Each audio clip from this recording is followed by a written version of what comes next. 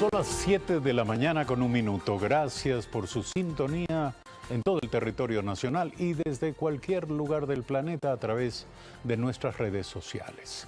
El presidente de la República, Lenín Moreno, rindió el jueves anterior el informe de su primer año de gestión.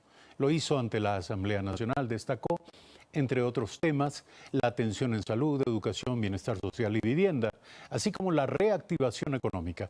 Presentó también oficialmente el proyecto económico urgente para el fomento productivo y la atracción de inversiones. Sobre la mesa vacía.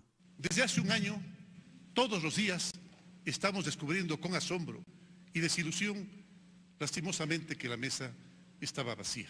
Se lo llevaron todo. Hago un esfuerzo por pensar que no lo hicieron intencionalmente, tal vez para que el nuevo gobierno fracasara. Nos maquillaron los datos, las cifras, los montos, las encuestas, los análisis y hasta las proyecciones. Diálogo nacional. Hay confianza entre nosotros y vamos a seguir dialogando. Ante cualquier duda, siempre devolveremos al mandante el poder de decidir. Siempre acudiré a ustedes porque la soberanía de nuestra patria radica en ustedes. Educación. 200.000 hermanas y hermanos ecuatorianos se han inscrito ya. Pronto podrán encontrar mejor trabajo con su anhelado título de bachiller. En marzo, les comunico, ya se graduaron más de 18.000. Nuestros queridos jóvenes necesitan más oportunidades en su formación.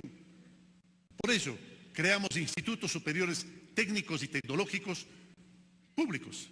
6.000 jóvenes ahora tienen oportunidad de estudio y mejores horizontes laborales. Y crearemos 40 más. Y para aquellos que quieren ir a la universidad, incrementamos los cupos de ingreso. Más de 150.000 jóvenes recuperaron sus ilusiones y su autoestima. Empleo. 20.000 jóvenes van a hacer pasantías en el sector privado y 10.000 más en el sector público. Invertimos 41 millones de dólares. Pero hay más. Con el empleo joven promoveremos la inserción laboral de jóvenes sin experiencia. En este programa invertiremos 200 millones de dólares para vincular a 60.000 jóvenes al sector productivo. Atención social. Hemos construido, arreglado y repotenciado 66 instituciones de salud de esas en todo el territorio. 7 millones de compatriotas ya no tienen que recorrer largas y angustiosas distancias en las emergencias y viven ahora con la tranquilidad y la seguridad que eso proporciona. Con el programa Casa para Todos, solo en el 2018, 20.000 familias vivirán en comunidades seguras. Todavía, la verdad, es que estamos lejos del objetivo, pero hemos empezado a caminar. Seguridad social. Queremos que los 3.600.000 afiliados tengan atención adecuada y que 500.000 de jubilados tengan sus pensiones y prestaciones aseguradas. También solicitamos, ya lo dijo la señora presidenta de la Asamblea, a la Asamblea el incremento del seguro campesino a $100. Gracias, señora presidenta. Reactivación económica. Logramos la extensión del sistema de preferencias de los Estados Unidos.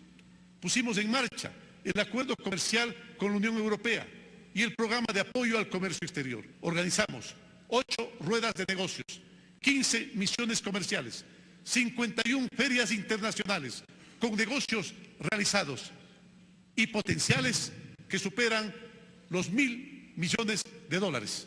En los últimos 12 meses, los depósitos bancarios se incrementaron en el 9% y el crédito se expandió en un 24%. Además, hoy contamos con las tasas de interés más bajas de los últimos 3 años. Para el sector productivo, pues apenas bordea para ellos el 7%. Proyecto económico urgente. Planteamos el no pago del impuesto a la renta por 8 años para aquellos empresarios que inviertan en Quito y Guayaquil. Y para quienes lo hagan en el resto del país, el no pago será de 10 años. La eliminación del impuesto mínimo del anticipo al impuesto a la renta a partir del próximo año. La reducción gradual del impuesto a la salida de divisas a partir del 2019, sujeta al desempeño de nuestra economía. Exoneración total del impuesto a la renta por 3 años para las nuevas microempresas y las que inviertan en el país. Para nuestros hermanos de la economía popular y solidaria, crearemos un fondo de garantía para que puedan acceder de manera más fácil a los créditos que tanto han esperado. Situación en la frontera norte. La frontera ha sido desatendida y vamos a corregir ese error con determinación y con la celeridad que se requiere. Quiero nuevamente expresar nuestras condolencias a los familiares, amigos y colegas de los hermanos policías, militares y comunicadores que perdimos. Y aunque no están en nuestro territorio, no puedo dejar de mencionar a Katy Velasco y Óscar Villasís. Haremos todo lo que esté en nuestras manos para traerlos de vuelta a Ecuador. Lucha anticorrupción. Pronto presentaremos el proyecto de ley de extinción de dominio. Es una figura que permite que los bienes, productos del narcotráfico, de la corrupción, del lavado de activos o delitos similares, se reviertan al Estado en compensación por el daño perpetrado por esos criminales y rápidamente. Lucha contra la violencia. ¿Cómo es posible que se haya descuidado tanto el ambiente educativo de nuestras niñas, niños y adolescentes? Debieron proteger celosamente todos los espacios y vigilar a la gente que los rodeaba. ¿Por qué no se vigiló detenida y acuciosamente el contenido de la educación? Campaña de amabilidad. Que se multipliquen los letreros que digan en todas partes, en todo sitio, que digan, aquí somos amables, pero te pedimos que también tú lo seas. La amabilidad tiene que venir del burócrata, del servidor público, pero también del usuario. Son las 7 de la mañana con 8 minutos. Acaban ustedes de ver una síntesis muy breve del discurso, del mensaje del presidente de la República el pasado jueves ante la Asamblea Nacional. Patricio Alarcón, presidente de la Cámara de Comercio de Quito, se encuentra esta mañana aquí. Gracias por estar en Primera Impresión. Denos, por favor, una primera visión, una primera opinión sobre lo dicho y sobre todo el contenido económico del mensaje del presidente de la República. Buenos días, Eduardo. Un cordial saludo a la audiencia de Telediario. Miren, en general nosotros vemos como positivo el anuncio de lo que he podido analizar el proyecto de ley. Existen algunos beneficios para quien viene a invertir al país. Dentro de esos beneficios hay una exoneración del impuesto a la renta para quien invierte, para las nuevas inversiones en ciertos sectores en Quito y en Guayaquil. Estamos hablando de industrias de alimentos, industrias agroforestales, por darle ciertos ejemplos. Además, hay una exoneración del impuesto a la renta también para inversiones nuevas fuera de Quito y de Guayaquil y 15 años de exoneración de impuesto a la renta para las inversiones en las fronteras. Ya lo vimos, 3 años de exoneración de impuesto a la renta para las microempresas. No sé qué tan factible sea esto o qué tan viable sea para las microempresas, porque en promedio se demoran alrededor de 5 años para empezar a generar utilidades. Estaba analizando que también en la ganancia de acciones va a haber una tasa del 8%, que usted vende, tiene una ganancia y sobre eso antes se cobraba hasta un 35%. Es un tema positivo también. En general vi que se están analizando reglas macrofiscales para permitir llegar a un techo del 40%. Si es que el gobierno no llega a este endeudamiento, tiene un periodo de 3 años, me parece, para ajustarse y tiene que pedir permiso a la Asamblea en caso de que quiera hacer inversiones que beneficien al país. Tendría que ir a la Asamblea y presentar este proyecto. En general, creo que es un buen proyecto. Mucho dependerá también esto de la estabilización fiscal. Pues, entiendo que se pretende ahorrar alrededor de $1.000 millones este año. El exceso de gasto público es complicado. El año pasado tuvimos un déficit de alrededor del 7%, $7.000 millones. Yo no sé si con $1.000 millones va a ser suficiente para poder sostener la economía ecuatoriana, por así decirlo. Vi también otra regla macrofiscal, que ya en teoría no se podría aprobar un presupuesto general del Estado deficitario. Pero muchísimo por analizar.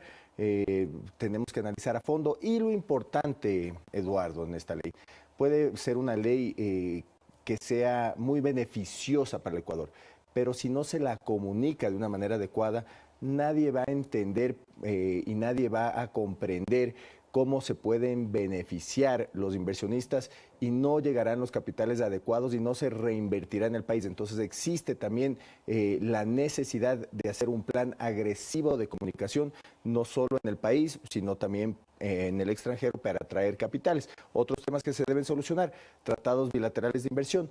Nadie va a llegar a este país, o capitales fuertes, por así decirlo, no llegarán al país si es que no se soluciona el arbitraje internacional, que en este momento, según el borrador que pudimos tener acceso nosotros, solo permitiría el arbitraje en la región. Ciertos ejemplos. Hace usted hincapié en el tema de la atracción de inversiones extranjeras, pero también hay un problema de confianza local. Y hay un problema de descapitalización, de falta de asunción de riesgo por parte de los sectores económicos locales. ¿Usted piensa que esto va a marcar una diferencia? Ciertamente, con los beneficios adecuados, se puede promover la reinversión, se puede promover la repatriación de los capitales con los beneficios adecuados, que el Ecuador sea un buen negocio para invertir. ¿Por qué vienen los capitales de un país? Porque se está dando un buen rendimiento al dinero. Y también otra señal importante va a ser la seguridad jurídica, no más cambios en la ley, no más reformas tributarias, no más cambios en la normativa, 4.500 cambios en la normativa durante el gobierno anterior.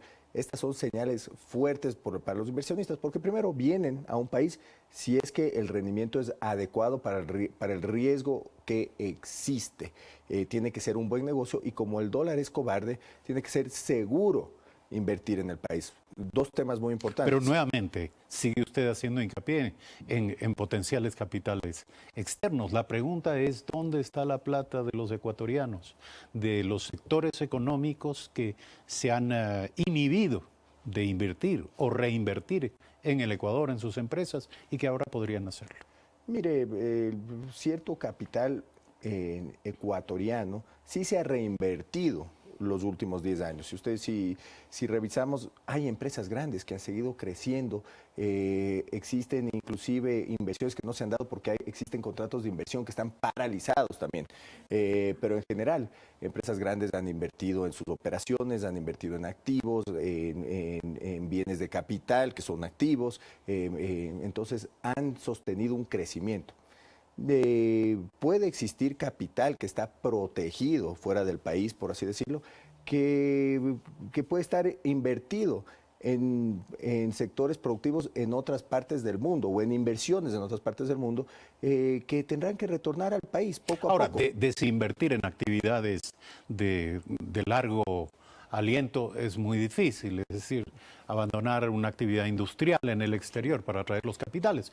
Pero hay capitales que simplemente están guardados en el sector financiero, ¿verdad? Sí. Esperando el momento de encontrar oportunidades. Es el momento en que el Ecuador brinde la seguridad y la oportunidad. Quien tiene una cuenta con dinero que no tiene el rendimiento adecuado, bueno, si es que el país brinda la seguridad adecuada, puede traer su dinero, puede invertir. Mire, algo que se tiene que activar es el mercado bursátil también. Una vez que se activa el mercado bursátil, los ecuatorianos también tienen que tener la oportunidad de comprar acciones y obligaciones de algunos tipos de negocios dentro del Ecuador. Tema que no se ha fortalecido porque en este momento, primero que en el Ecuador no existe la liquidez del Seguro Social, por dar un ejemplo, para invertir en el mercado bursátil, pero también han habido impuestos y había un impuesto en las ganancias de la venta de acciones que lo van a bajar al 8%, que era del 35%. Eso también afectaba las transacciones, no solo en la compra de empresas, pero también en el mercado bursátil. Entonces, hay leyes que se deben cambiar, se debe dar seguridad y buenas señales al inversionista para que reinvierta, pero también para lo que usted dice, para que también puedan repatriar fondos que están en el sistema financiero internacional sin un mayor rendimiento. Esto también va a ayudar a la economía, porque ¿qué es lo que necesita el Ecuador? El Ecuador necesita fortalecer su economía por medio de la inversión, por medio de la exportación y por medio del consumo. Y esta es la única manera en cómo volverá a crecer la economía de una manera sostenible. Porque sí, creció al 3% el año pasado, pero fue por el endeudamiento y la liquidez que inyectó el Estado en la economía. Y esto no es sostenible. Sin embargo, hay un superávit comercial también. En balanza comercial, sí. Esto está, sí, eso está bien, se está exportando. Sin embargo, tampoco es que crecen las exportaciones fuera del bloque de la Unión Europea. Esto es un tema que también debemos considerarlo. El Ecuador tiene que fortalecer sus exportaciones y tiene que llegar a firmar tratados de libre comercio con otros bloques. Ahorita sí es positivo, a finales de junio se va a firmar el acuerdo de libre comercio con el EFTA, los países del norte de Europa. Sin embargo, nuestro socio más importante es los Estados Unidos. Pero Petrolero y no insisten petrolero. ustedes en un acuerdo comercial con Estados Unidos como si Estados Unidos estuviera esperando que Ecuador acepte un tratado de libre comercio, y eso no es así. No es un buen momento para establecer acuerdos comerciales de esa índole, y Estados Unidos no parece dar muestras de estar muy interesado en hacerlo, sobre todo con un mercado tan marginal como el Ecuador. Mire, nosotros no debemos esperar a que los Estados Unidos nos invite a tratar de negociar, entablar un acuerdo comercial. El Ecuador tiene que tomar los pasos necesarios para hacerlo. El presidente de los Estados Unidos ha sido claro, él lo que piensa es en el comercio justo. Y en base a eso se firmarán acuerdos acuerdos comerciales con ese país. Entonces, ahora, el comercio justo implica desconocer la asimetría, la diferencia entre el elefante y la hormiga, quiero decir. No, mire, con todo respeto. para cualquier acuerdo comercial se deben negociar ciertas bases y tiene que haber un periodo de desmantelamiento de aranceles, tal como se lo hizo con la Unión Europea. En la Unión Europea no se permite cualquier tipo de importación, sino que se graba un periodo, se marca un periodo para ir desmantelando los aranceles. Y lo mismo se podría hacer con los Estados Unidos. Sin embargo, existen ciertos impuestos que no nos permitirían entablar una negociación o llegar a una negociación. Y ejemplo, la tasa aduanera. A usted no le cobran una tasa aduanera cuando está exportando producto a los Estados Unidos. Ejemplo, el impuesto de salida de divisas. Al Ecuador no se le cobra un impuesto de salida de divisas cuando tiene que hacer un pago de los Estados Unidos al Ecuador.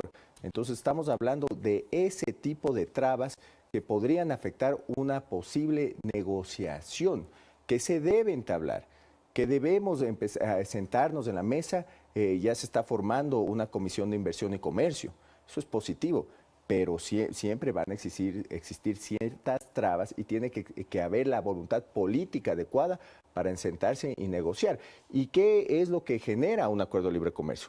Fuera de que más producto ecuatoriano se puede exportar con ciertas ventajas, no solo los productos que tienen ventajas en este momento, pero lo que hacen los acuerdos de libre comercio, y eso lo debemos comprender bien, es atraer inversión, que es lo que sucedió en los países vecinos a raíz de los tratados de libre comercio. No sé si en la opinión del sector económico al que usted representa, pero sobre todo en su opinión, ¿cuáles son los sectores, las áreas promisorias en esta materia? ¿Realmente cuáles serían las oportunidades que el Ecuador tiene para ofrecer a potenciales inversionistas?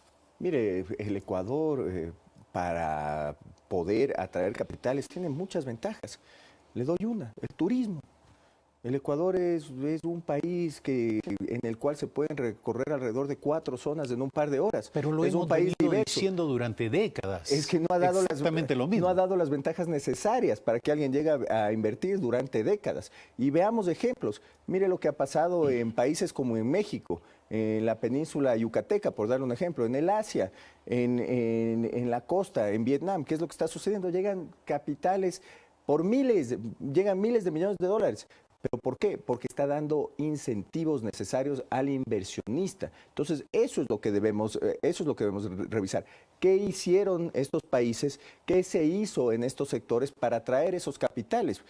Pero si es que usted tiene un impuesto de salida de divisas, cambios constantes en los tributos, cambios constantes en la normativa para cuando quieran importar sus equipos, sus insumos, problemas en las aduanas, solo por darle ciertos ejemplos. No. Pero si usted en cambio les dice, miren señores, yo les voy a dar, como se lo está dando, en una zona de desarrollo especial, 10 años de exoneración al impuesto a la renta. No le voy a cobrar el ISD por la importación de sus insumos. Bueno, esos son ventajas reales o concesiones a largo plazo. Esos son ventajas reales. En el Ecuador eso no se dio. En el Ecuador eso se estaba blindando. ¿Por qué? Porque estábamos pensando en una política recaudatoria y una política que atraía a la inversión. Pero eso solo le estoy dando un ejemplo. El turismo es un solo ejemplo. Otro potencial que tiene el Ecuador enorme. ¿Y por qué? Por el clima, por donde está ubicado, por los productos que tiene, porque puede tener ventajas comparativas en el banano, en el cacao, por darle ciertos ejemplos en cuanto al rendimiento, la variedad, productos orgánicos, buscando nichos que se pueden exportar. La agroalimentación. También el sector maderero tiene un potencial enorme en el Ecuador. Pero volvemos a lo mismo, ¿qué incentivos existían en este país para invertir? Nos hemos enfocado en esos productos. Tenemos que capacitar al campesino para volverlo un empresario. Debemos identificar en qué zonas por la huella hídrica es mejor sembrar cacao, es mejor sembrar banano. Y todo esto se lo puede hacer con un plan de desarrollo a largo plazo. Pero eso no ha sucedido en el país. ¿Por qué? Porque ¿en qué nos hemos concentrado, Eduardo?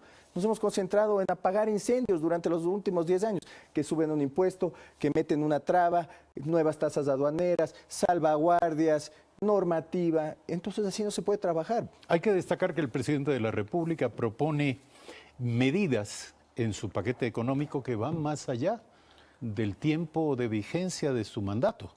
Él habla de 8 años de exención de impuesto a la renta para inversiones en el resto del país, 10 años para inversiones en Quito y Guayaquil, 3 años de exención, bueno, eso está dentro del plazo, del pago de impuesto a la renta para nuevas microempresas.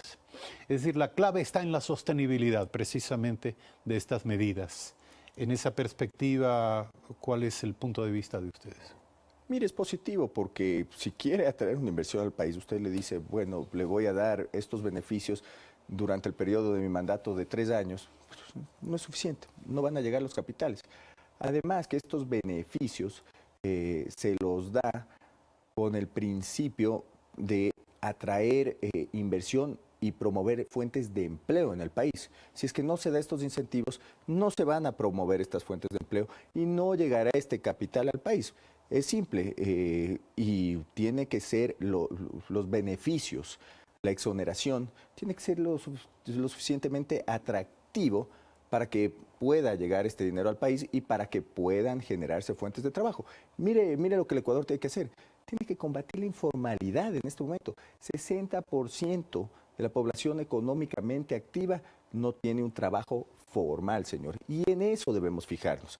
Y para eso debemos tratar de comunicar bien estos beneficios que se están promoviendo en la ley económica urgente. ¿Comunicar bien a quién?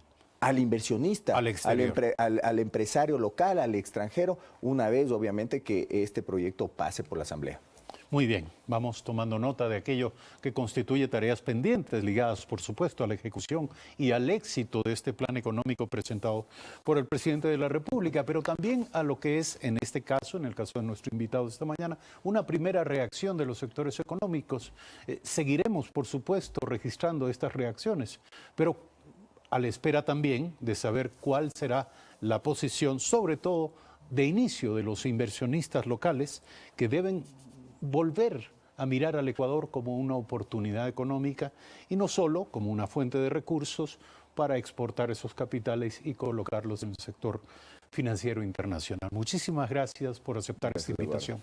7 de la mañana, 24 minutos, hacemos una breve pausa, regresamos con el acusador particular del ex vicepresidente de la República, Jorge Glass, César Montúfar.